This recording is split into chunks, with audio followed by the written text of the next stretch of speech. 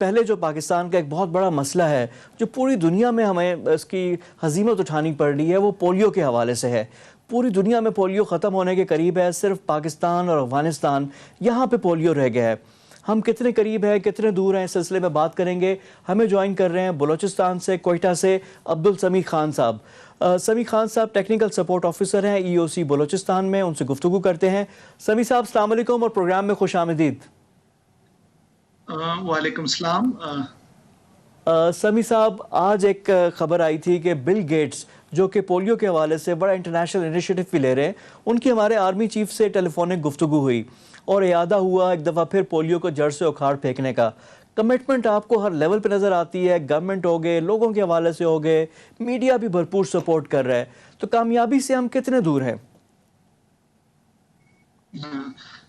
فہد صاحب، first of all thank you very much کہ آپ نے اتنے امپورٹنٹ ایشو پہ ہماری رائے دینے کی کوشش کی اور یہ بتایا۔ بیسیکلی اس ٹائم جیسے آپ نے بھی ذکر کیا، اگر ہم اس مسئلے کی امپورٹنس دیکھیں کہ ورلڈ میں اب دو ہی ممالک ایسے رہ گئے ہیں جہاں پہ پولیو اب تک ہے، اور ان میں ایک ہم بھی شامل ہیں۔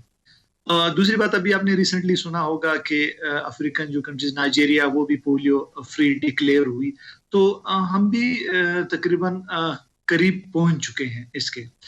یہ ہے کہ کچھ عرصے سے ہمارے کچھ کیسز بڑھ گئے ہیں۔ اگر ہم تھوڑا سا کمپیریٹیو انالائسس دیکھ لیں کہ پاکستان میں 2017 میں ہمیں صرف 8 پولیو کے کیسز تھے، 2018 میں 12 ہوئے، اور 19 میں پھر تھوڑی سی ایک رائز دیکھی ہم نے، 147 کیسز ہوئے، اور اب 2020 کے ہم نومبر کا مہینہ سٹارٹ ہوا، 80 کیسز ہیں ہمارے پاس۔ تو کمٹمنٹ کی کمی نہیں ہے۔ ہماری جو پولیو ورک فورس ہے، جو ٹیمیں ہیں، فرنٹ لائن ورکر، ان کی کمٹمنٹ ہے، میڈیا کی طرف سے ہمیں سپورٹ مل رہی ہے، اور کوشش بھی یہ ہے کہ ہم اپنے جو بچے ہیں ان کو معذوری سے بچائیں۔ بھرپور کوشش کی جا رہی ہے۔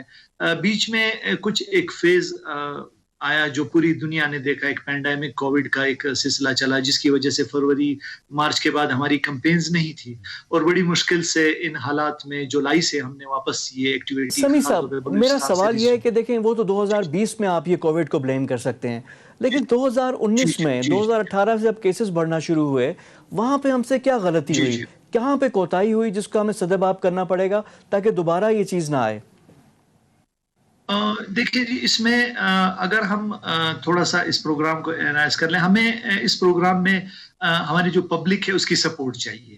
آپ کو پبلک کی جو ایکسیپٹنس ہے ویکسین کے لیے، وہ چاہیے ہوتی ہے۔ اس میں تھوڑی 2-3 ایگزامپل دوں گا۔ میڈیا کا ہی اس میں بڑا پازیٹیو رول رہا کہ جب بھی ہم اپنی کامیابی کے تھوڑے قریب آتے ہیں تو ہماری کہ جو پبلک کی طرف سے یا کوئی کسی بھی فیکٹر کی وجہ سے کچھ اینٹی ایک پروپیگنڈا سٹارٹ ہو جاتا ہے۔ 2019 میں بیسیکلی ہمارے ساتھ اپریل میں یہی ہوا کہ وہ فیک ویڈیوز وغیرہ کچھ ہوئے، تو وہ ہماری جو کمیونٹی ہے ان کی اویئرنیس اتنی نہیں ہے، وہ ایک دم نیگیٹو جو امپیکٹ پڑتا ہے اس کا اثرات ہوتے ہیں۔ تو 2019-18 میں ہمارے ساتھ یہی ہوا کہ ہم بہت ہی قریب پہنچ چکے تھے، جیسے میں نے آپ کو کیسز دکھائے، لیکن یہاں پہ ہماری وہ جو پبلک کی طرف سے ایکسیپٹنس ہے وہ ایک دم شیک ہو جاتی ہے۔ تو ہمیں سمیع صاحب، اس پہ دیکھیں، آپ نے کہا نا کہ ایک غلطی اور اس کا خمیازہ ہماری نئی نسل کو کرنا پڑے گا، کیا قانون سازی کرنی چاہیے تاکہ اس کے خلاف اگر کوئی پروپیگنڈا کرے سخت سزائیں ہوں تاکہ یہ چیز رک جائے؟ جی بالکل۔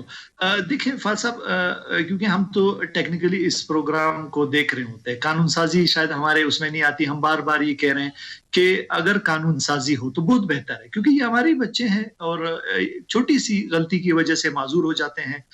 بارہا کہا گیا ہے کہ جو ویکسینیشن کو لازمی قرار دیا جائے، چھوٹی تجاویز دی گئی ہیں، وہ جو ہمارے لا میں قرض ہیں وہ بہتر سمجھتے ہیں کہ اگر آپ اسکول میں ایڈمیشنز لے رہے ہیں، کچھ اس قسم کے ہمارے CNIC بن رہے ہیں، کہ اس کے لیے اگر ہم یہ بھی ایک امپورٹنٹ وہ رکھ لیں، لیجسلیشن کر لیں کہ اگر آپ پولیو پلائیں گے اپنے بچوں کو تو آپ کو یہ فیسلٹیز دی جائے گی۔ تو اس بارے میں کیونکہ ہم تو پیور ہیلتھ کے حوالے سے بات کر سکتے ہیں، ہمارے جو اعلیٰ حکام ہیں وہ اس بارے میں غور کریں، اور کئی دفعہ یہ تجاویز بھی دی گئی ہیں۔